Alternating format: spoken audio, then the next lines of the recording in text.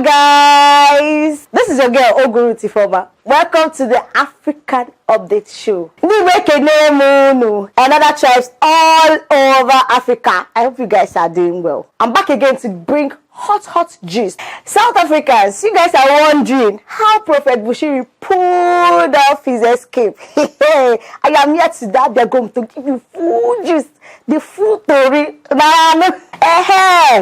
In case you have not been following the story, okay, my Prophet Bushiri, he was arrested for fraud and money laundering. He was charged to court and granted bail last week. And as we all know, one of the conditions for his bail is that him and his wife Mary should not travel out of South Africa. And his passport was seized. I was just woke up 2 days ago to find out that Bushiri has fled South Africa. Kiki has a man, but also just a girl because we don't know, or just disappear like that. It's alleged that Bushiri fled to Malawi after bribing South African home officials. I thought it's only Nigerians that officials collect bribe. And this follows the drama at Waterkloof Airforce base on Friday, when Malawian president was accused of trying to smuggle 30 people who were believed to be members of his advanced team that arrived in South Africa. One of the senior government officials confirmed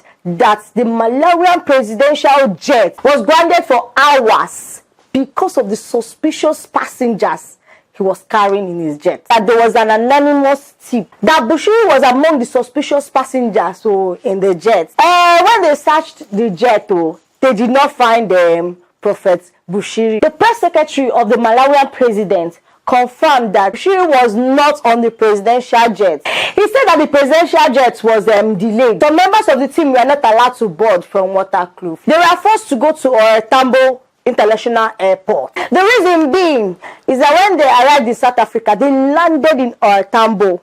Therefore, they were not allowed to leave from the Air Force base at Waterkloof. It's just like when you're coming down to Nigeria, you land at Muritala International Airport. Okay, you now carry the same plane that brought you into Nigeria and went to Air Force base Kaduna to take off from there. Well, how would people feel? They would think that you're actually hiding something. The Malawian president said that he will not discuss anything pertaining Bushiri until the South African government writes to him officially. He will not say anything. News reaching us is that an Interpol red alert on Bushiri and his wife was activated yesterday. They said they will monitor his movement too. Once he is detected, do you know what they will do? They will apprehend him and his wife and hand him over to the authorities. Wonder shall never end. The pastor on car safe. You prophesy to people, you give them healings and the rest of them, but you don't see your own downfall. It should be Makowegi. You're not seeing for yourself. Wow, all this, I want to call him fake prophets. All these fake prophets and pastors around the whole country. They said that South African government has engaged Zimbabwe and Lesotho to check if Bushiri and his lovely wife have not used their country for their great escape, even though it's not a prison break. Well, the government knows that Bushiri cannot escape through Botswana because this same Bushiri has performed this big scam in Botswana. And guess what they did? They kicked him out straight up and they closed all his churches. Why? Can the man get the church now? When he has finished gallivanting in different countries, and he did not make any profits, he did not gain anything. He now decided to divert to South Africa because you know that South Africans, they will welcome him with open hands. The government has decided to probe his church because they don't know if ECG church is actually used for money laundering. Wonder shall never end. Do you know that they realized that Bushiri and his wife escaped after he failed to show up at the local police station as part of his bail condition? But why would the pastor be running?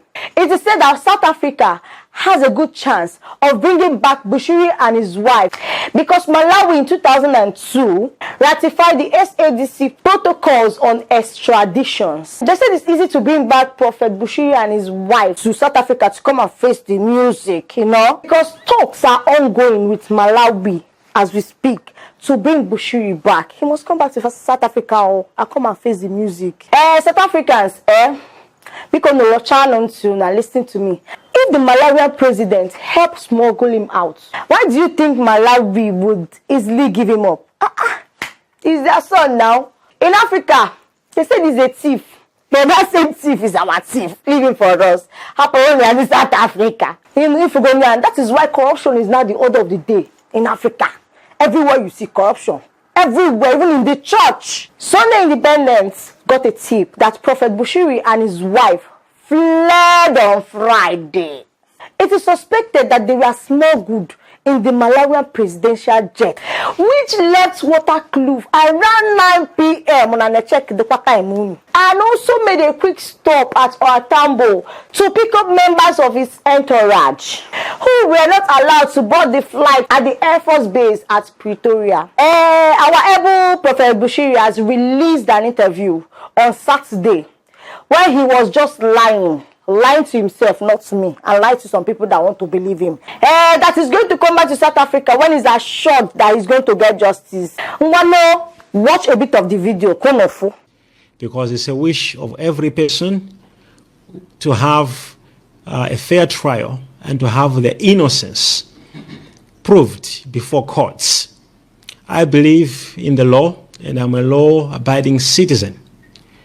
But the events that have been happening in South Africa are so much uncalled for, and I can I can say that there are a lot of injustices that have been happening in regards to my constitutional rights as a human being.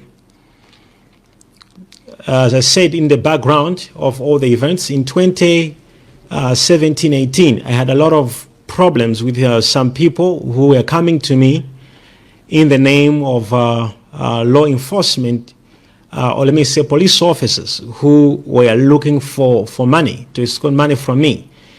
These people gave me tough time to extort money from me, and I opened cases against them with the IP department in 2018 in South Africa. IP department is a department that investigates corrupt police officers, among other duties they have. In 2018, I also reported these people to the National Commission of Police. I reported this issue.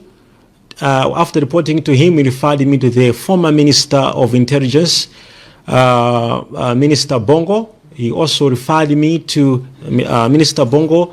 He called the head of intelligence, his name was Fraser at that time, to hear my case.